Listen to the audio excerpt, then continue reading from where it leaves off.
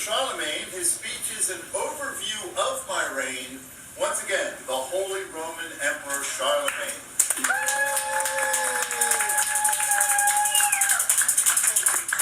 Rise when I come up to speak. All rise. All rise. No, we're not It's not working. No libertarians in my empire say they're all dead for something. I'd rather Rashi than Judge jumping up.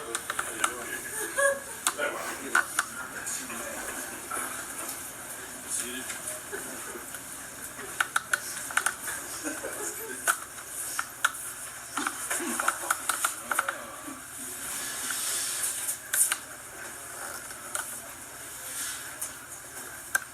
And everybody sees that. We can't do bad.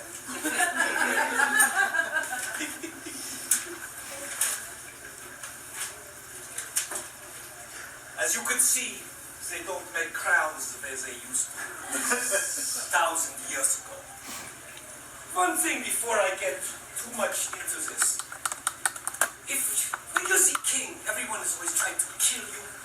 So if you have questions for me and want to speak with me after the meeting, please only approach me from the front. Because if you come from the back, I react quickly and kill you. They won't let me speak at any more of these meetings. Please be careful. I was the king of the Franks, a German tribe from 764 to 814 AD. We were based in what was called Frankland. Today it's called France. But of course we were German. If you're French, you're really German. My capital city was here in Aachen, which is currently in modern Germany near the Belgian border. My family, the Carolingian dynasty, conquered an empire that included almost all the German peoples of Western Europe. Down this area, right down over here, and down into Italy, which had been ruled by the German tribes, the Lombards. So of course, if you're Italian, you're really German.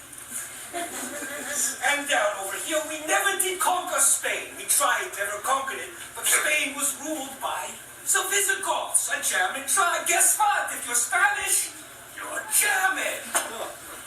And up here to this area, we never conquered the British Isles. Of course, they were ruled by the Anglo-Saxons, the Germans. If you're English, you're German. Everybody is German. And that's the Slavs who lived out here, the Slavs. They weren't German. But my family, the Carolingian, we were the greatest defenders of the Catholic Church in the history of the world. So Pope Leo III crowned me on Christmas Day in 800 AD as the Emperor of the Holy Roman Empire, which was what I already controlled when he crowned me. And from that day, 800 AD, that Holy Roman Empire lasted for 1,000 years, until it was dissolved by Napoleon Bonaparte in 1805. But when he crowned me in the Vatican, this was the sword that I used. So the sword, can you imagine? This was probably like $150 million. The sword that I had when I was crowned Emperor of the Holy Roman Empire. What happened to my empire is that my three sons had a civil war and broke the empire into three countries, France, Germany, and Italy. This is the very origin of those countries. So you're getting an idea of why I am called Charlemagne, Charles the Great. I invented Europe.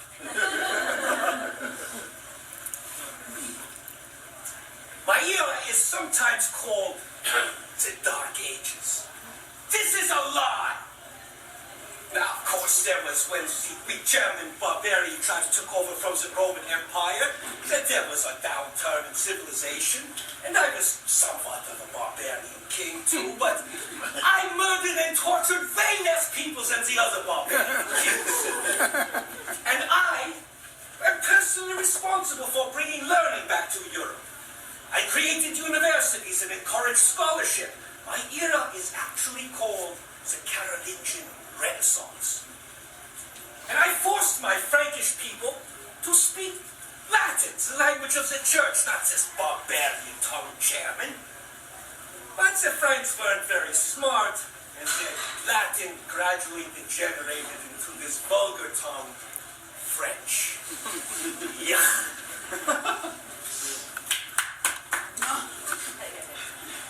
My biggest enemies are the Saxons, who lived in northern Germany. It's the same Saxons that went to England, but most of them stayed here. And they were pagan dogs who refused to accept the Lord Jesus Christ for decades. You know how I finally defeated the Saxons?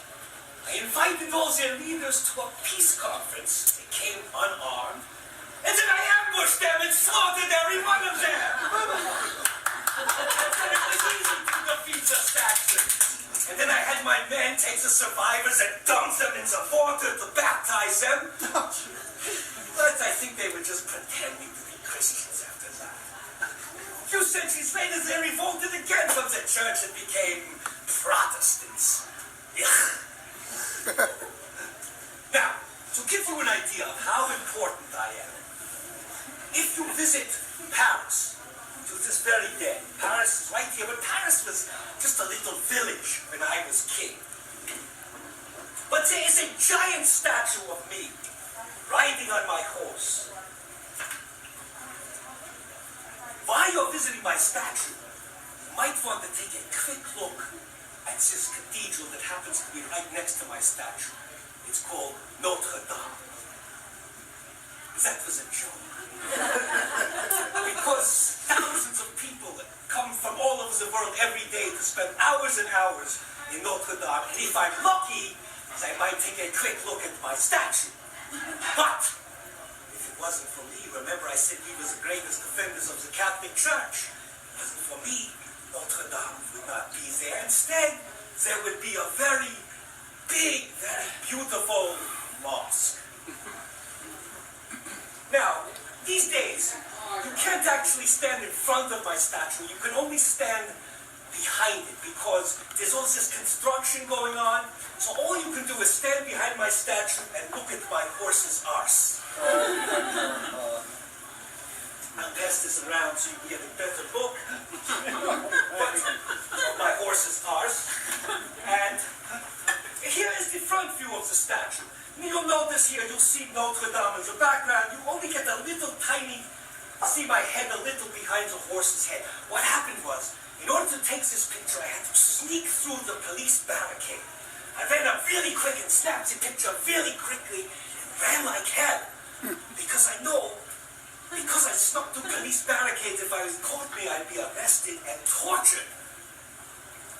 They don't torture people for things like that anymore, do they? Society's getting way too permissive. Pass this around.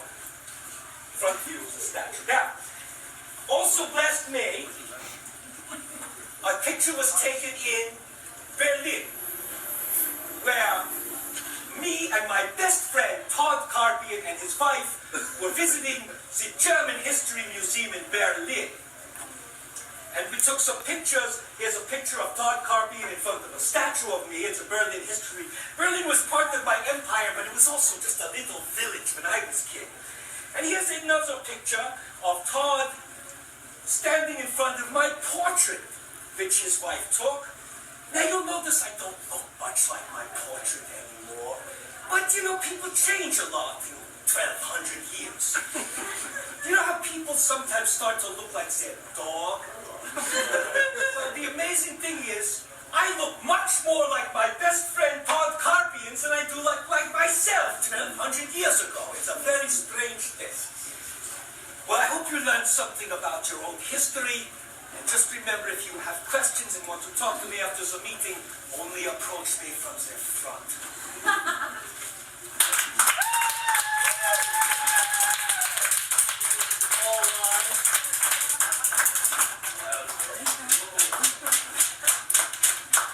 Maybe